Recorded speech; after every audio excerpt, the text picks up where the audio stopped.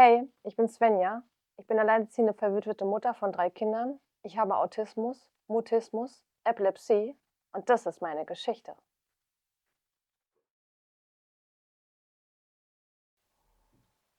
Ich empfinde, von außen behindert zu werden, bewertet zu werden, als viel, größer dadurch eingeschränkt zu sein, als wie das von mir eigentlich aus meiner Welt und Wahrnehmung empfunden wird. Autismus funktioniert bei mir wie eine künstliche Intelligenz. Sozusagen, ich bin das Fenster, ich bin die Augen, die schauen un unbewertend und das aufzunehmen, was von außen zugetragen wird. Meinungen, Farben, Gerüche, Geschmäcker. Genau. Mein Spezialinteresse sind Menschenkommunikation. Ich schaue sie mir an und ich eigne es mir an und ich spiele es nach. Empfinden darüber tue ich eigentlich nichts. Ich organisiere. Ich würde sagen, dass es keine Behinderung ist. Ich würde sagen, dass es eine Superpower ist. Ja. Empfindest du das auch so? Ähm, früher und in den Zeiten, des nicht sprechenden Autismus, in Phasen meines Nicht-Sprechen-Seins ist mein Leben einfacher, schöner, ruhiger, weil das andere so kompliziert ist einfach. Es gibt diese Bibliothek in meinem Kopf, wo einfach unglaublich viel Inhalt ist.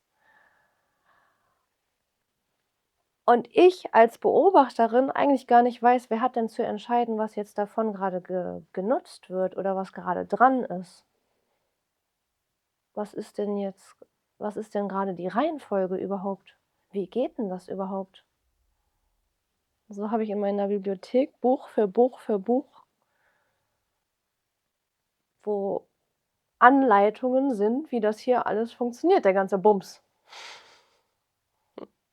Eine Behinderung, die mich tatsächlich behindert, am Leben teilzunehmen und, daran wachsen zu können, ist die Epilepsie, denn die haut mich um und die lässt mich regelmäßig eigentlich sterben.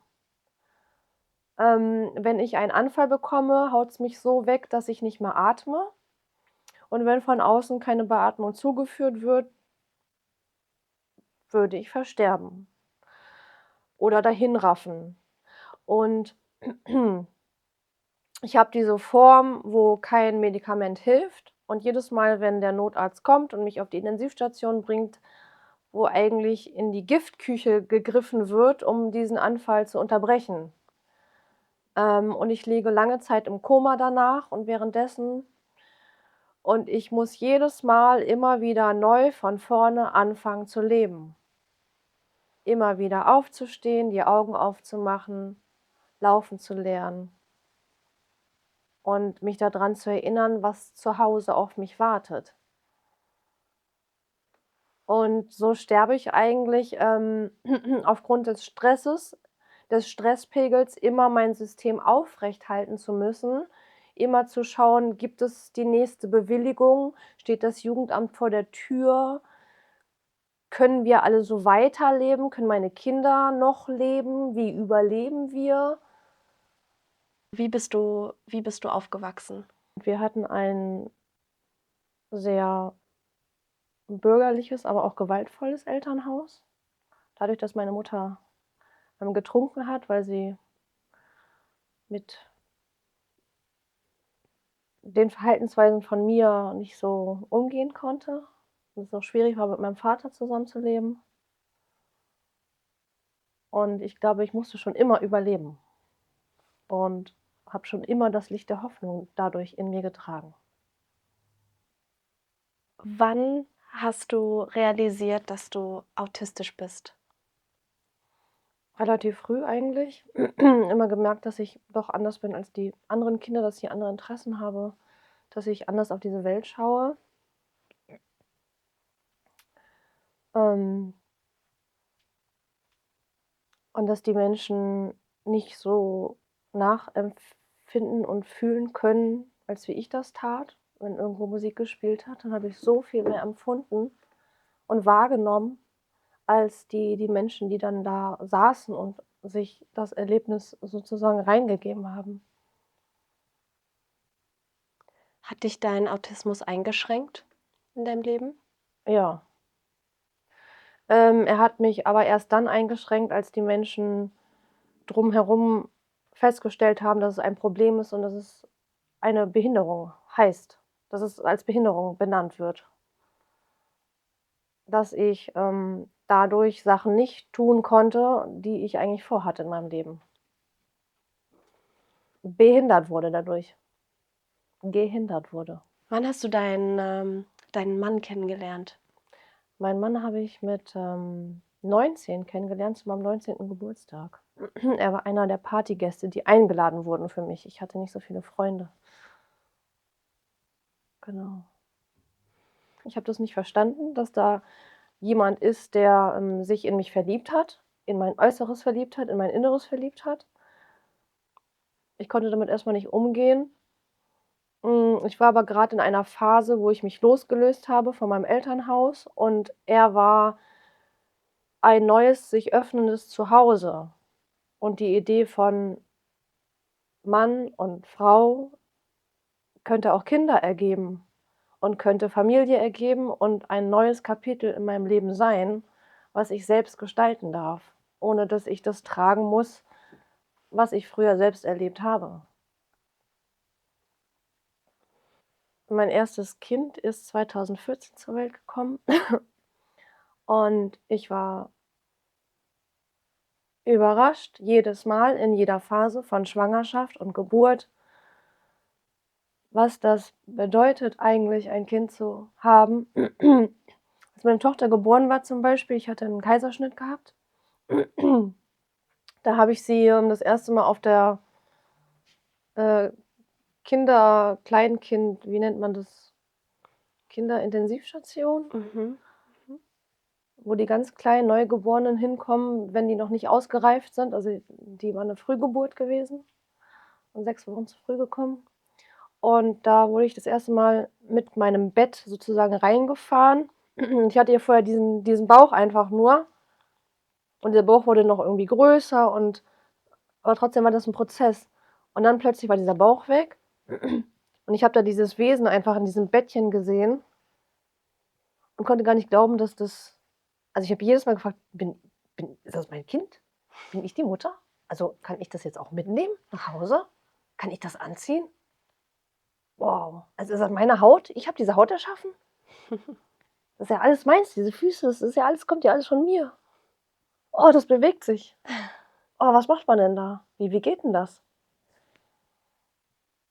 Das war bestimmt 'n schönes Gefühl, oder? Das war 'n schönes Gefühl bis zu dem Zeitpunkt, wo man angefangen hat, mich zu behindern, indem man gesagt hat: „So, jetzt müssen Sie das Kind aber stillen.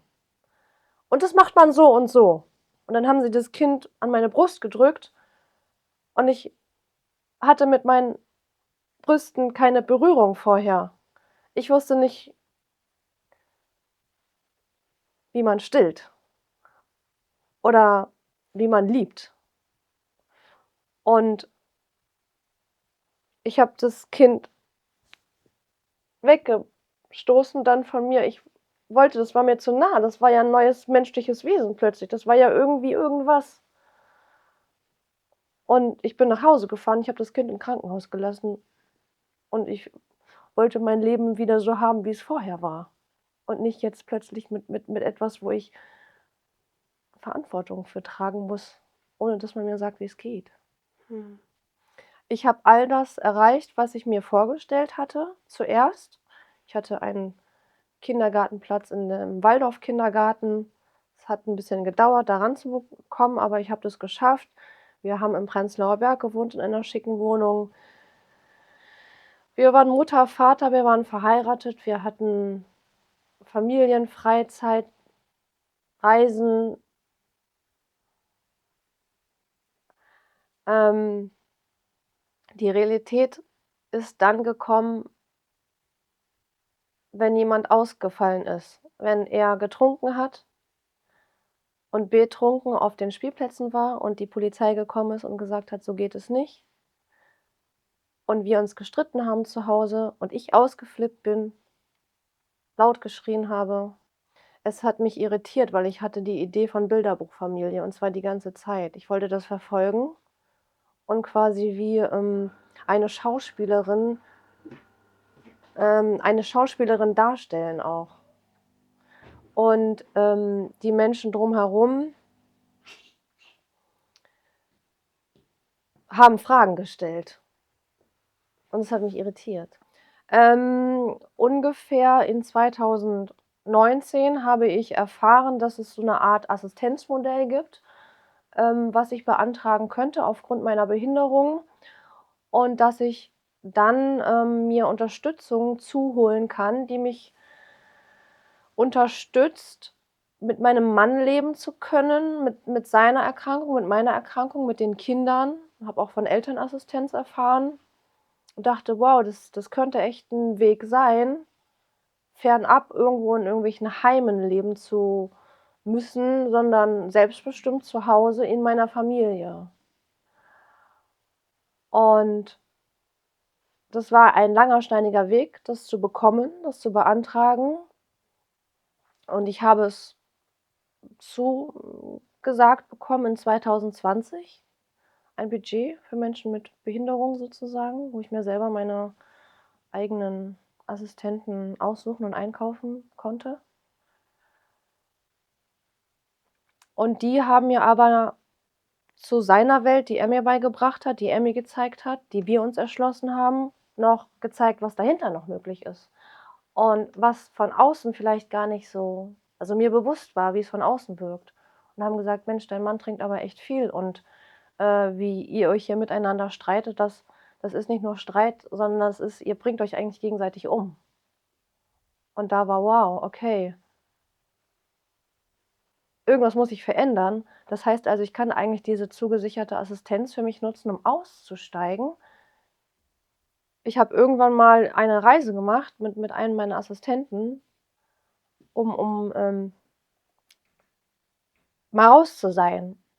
Und, ich bin nach Freiburg gefahren einfach und habe da 'n Tag im, Europapark verbracht. Aber es gab diesen einen Anruf von der Berliner Polizei. Mein Mann sei wieder betrunken auf dem Spielplatz mit den 3 Kindern. Und wenn ich nicht in 'ner halben Stunde nach Hause komme, dann ruft er das Jugendamt an und dann kommen die Kinder weg. Es war wie der erste richtige Schlag in mein Gesicht, der mich aufgeweckt hat, den Aussteigeprozess zu gehen und zu entscheiden, er darf fallen, um selber für sich zu entscheiden, aufzustehen oder liegen zu bleiben. Und ich bin weitergefahren. Ich habe entschieden, nicht nach Hause zu kommen. Und die Kinder wurden nicht in Obhut genommen. Mein Mann war in der Ausnüchterungszelle, die Kinder waren betreut durch eine Babysitterin und ich bin erst 3 Tage oder 4 Tage später nach Hause gekommen. Und er rief mich an und sagte: „Das Jugendamt steht in der Tür, ob ich in Berlin sei." Und dann war ich zu Hause und sie sagten: „Wir nehmen jetzt 2 Kinder mit." Wie war das für dich? Es war wie ein Film. Denn es war vorher meine Bilderbuchfamilie und plötzlich gab's von außen diese Entscheidung.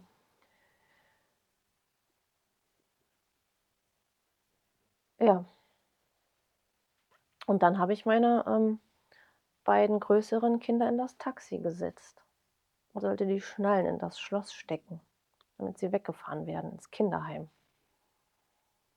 Das Baby durfte bei mir bleiben, weil das war ja noch so klein. Das war ja 2 Monate alt. Sie haben irgendwas gefaselt von Schutzkonzept, das Kind solle nicht bei dem Vater sein. Aber ich habe ja auch da gewohnt. Also war ich ja auch zu Hause. Und er durfte die Kinder nicht im Heim besuchen, das durfte nur ich. 1 Stunde in der Woche. Das hat er nicht ausgehalten, dass er nicht anrufen durfte, keinen Kontakt haben durfte. Und er hat es immer bagatellisiert, hat gesagt: „Ich trinke doch gar nicht so viel.“ Und ich habe an meiner Wahrnehmung gezweifelt. Ich habe gedacht, irgendwas scheint ja dann mit mir nicht zu stimmen, wenn er derjenige ist, der mir generell sowieso die Welt erklärt. Mhm. Ähm, und dann haben das aber andere Leute von außen gesehen und haben da was zu gesagt. Und ich war plötzlich in diesem Konflikt, dazwischen zu stehen und ihn schützen zu wollen, unsere Familie schützen zu wollen und irgendwie aber auch aussteigen zu wollen, weil ich sehe, dass es sich nicht verändert. Und ich bin ab einem gewissen Punkt, der Kipppunkt in meinem Buch, ausgestiegen daraus. Und ich habe einfach aus der Ferne mir das angesehen und akzeptiert, dass das Kartenhaus jetzt zusammenfallen darf. Denn wenn jemand fällt, dann fällt er unten auf. Und es gibt nur 2 Möglichkeiten. Entweder steht er auf oder er stirbt. Und mein Mann ist gestorben.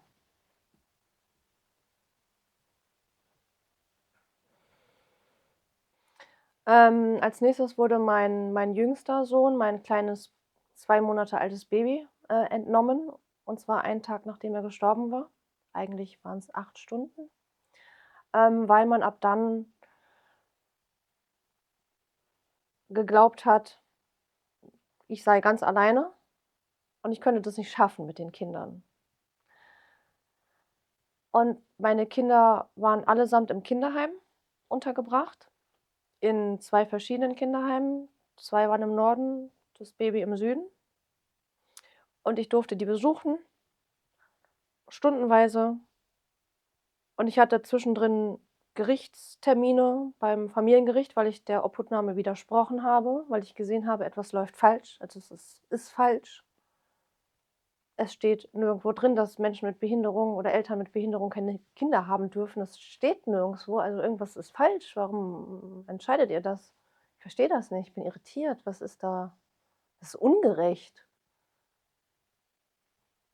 Die Kinder, ich bin doch die Mama, ich bin doch die Letzte, die übrig geblieben ist, die ich wo sind meine Kinder überhaupt? Und, ich habe mich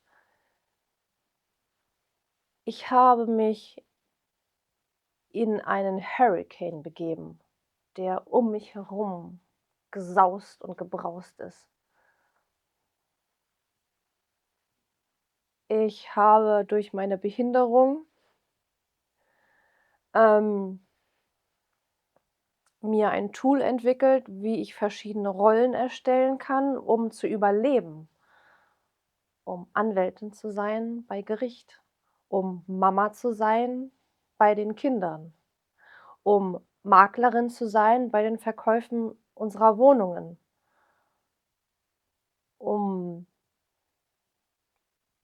zu schauen, Zukunftspläne zu haben, wie es weitergehen kann, Autoverkäuferin zu sein, Arbeitgeberin zu sein. Ich hatte einfach so verschiedene Rollen und ich habe mir dann einfach so, Serien angeschaut. Wie bewegt man sich bei Gericht? Wie redet man? Was muss ich sprechen? Welche Fremd und Fachwörter brauche ich, um gesehen und gehört zu werden? Wie tun die das? Ich habe mir die ganzen, Unterlagen, die mir zugesandt wurden, die ganzen Bescheide, Beschlüsse, Ablehnungen, ich habe mir alles wie so 'ne verrückt gewordene Professorin sozusagen angeschaut. Ich habe alles gegeben, um wieder eine Familie zu sein, auch wenn da einer fehlt. Und das ist der Lebensinhalt. Die Kinder brauchen eine Mama und ich bin diese Mama und kein anderer wird diese Mama sein können. Ich habe mich, dazu entschieden, aus Berlin wegzugehen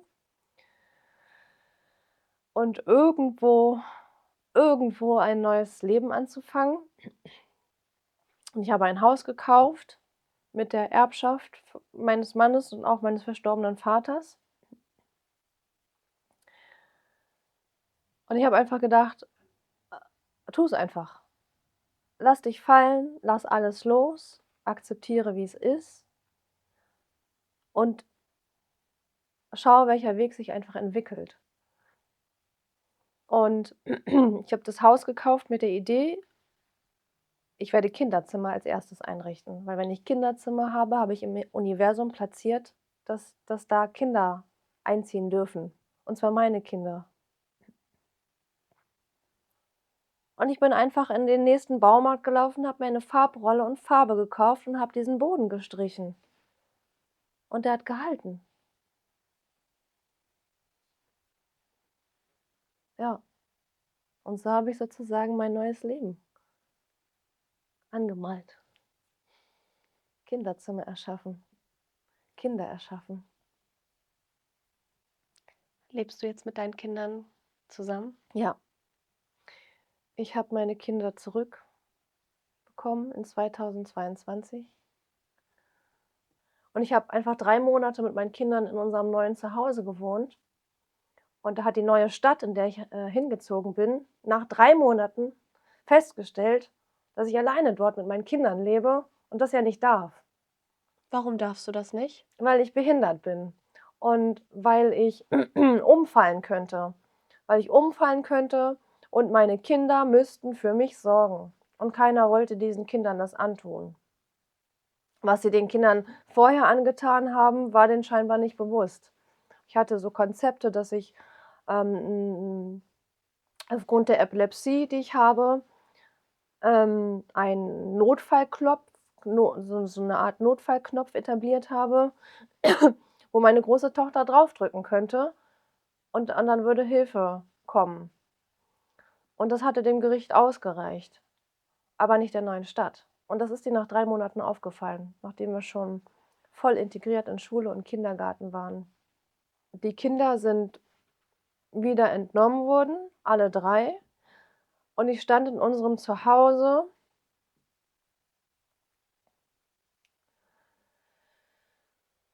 und ich hatte trotzdem das Licht der Hoffnung in mir, dass das beim 4. Mal, nachdem alles dreimal schon passiert war, alles gut werden würde. Und meine Tochter hatte bei der letzten Obhutnahme einen Armbruch erlitten, weil sie nicht mit wollte, weil sie nicht mitgehen wollte, weil sie auf dem Schulranzen gesprungen ist voller Wut und sie musste operiert werden. Und ich bin in das Krankenhaus rein von ihr, weil ich 'ne Unterschrift leisten sollte.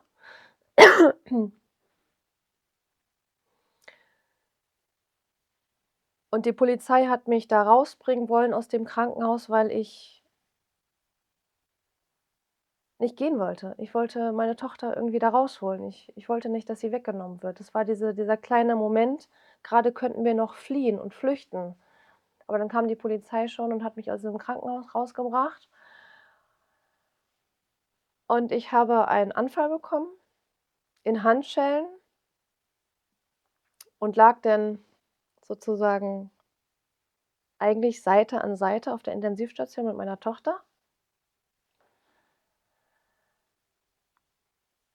Und am nächsten Tag, wollte ich sie besuchen, aber sie wurde in ein anderes Krankenhaus verlegt und es hieß, ich darf sie nicht besuchen. Die Anschlüsse sind gekappt. Das Jugendamt hat verfügt, dass ich meine Kinder jetzt nicht sehen darf, weil sie wegverbracht werden. Und eigentlich war da ein Moment des Aufgebens für mich und des wieder in Koma Fallens, wieder einen Anfall erleiden. Und dann habe ich einen Anruf bekommen von meiner Anwältin, die sagte: „Frau Liesch, Sie haben die Assistenz. Frau Liesch, Sie haben Ihre Kinder zurück.“ Ich wünsche mir so sehr für alle Elternteile, die hier in unserem System leben, dass die einfach gut leben dürfen und nicht dem ausgesetzt sind, wirklich BWL studiert zu haben oder haben zu müssen oder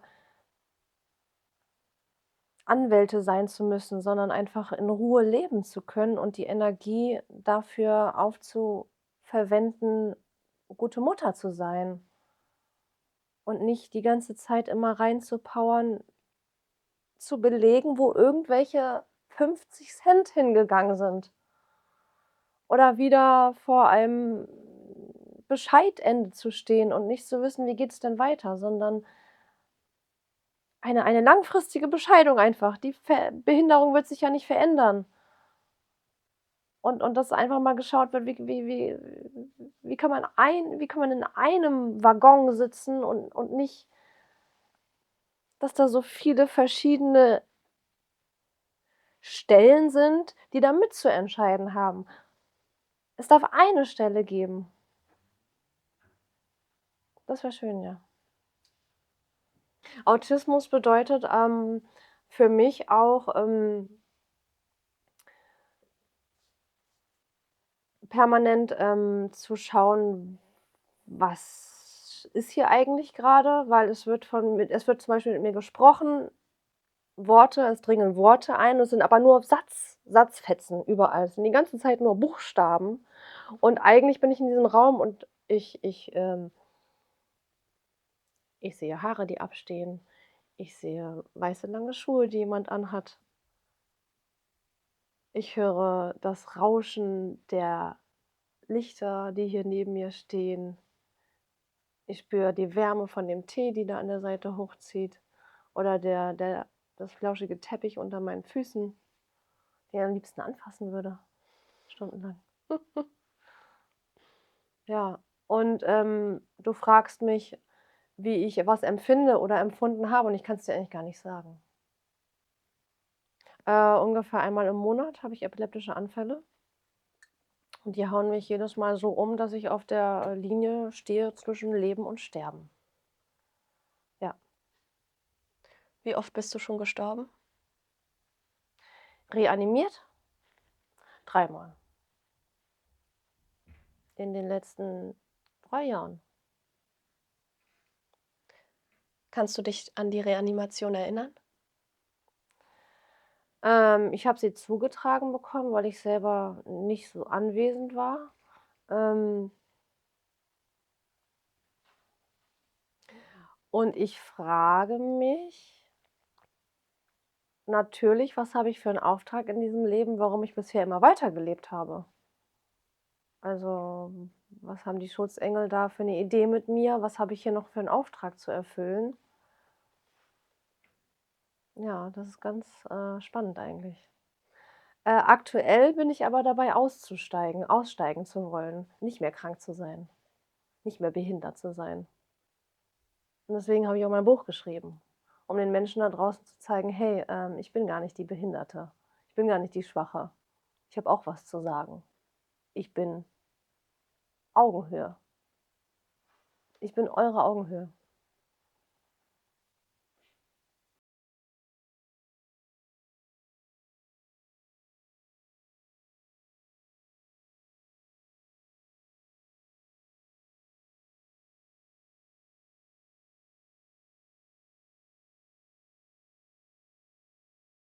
Hey, ich habe mein Buch geschrieben, „Alles über Leben, alles übers Leben“. Das ist die Geschichte meiner Familie, wie wir im Abgrund standen und wie ich es geschafft habe, das Licht der Hoffnung in mir zu tragen, es leuchten zu lassen und weiterzumachen, um alles zu überleben, um danach alles übers Leben zu wissen. Und mein Buch möchte ich verfilmen lassen, durch deine Hilfe. Und ich habe eine Spendenseite geöffnet und jeder Cent hilft, dieses Projekt einfach in die Welt zu bringen, zu tragen und existieren zu lassen. Die Bilder, die hier beschrieben sind, einfach zeigen zu lassen, zeigen in die Öffentlichkeit, wie auch immer man das sagt.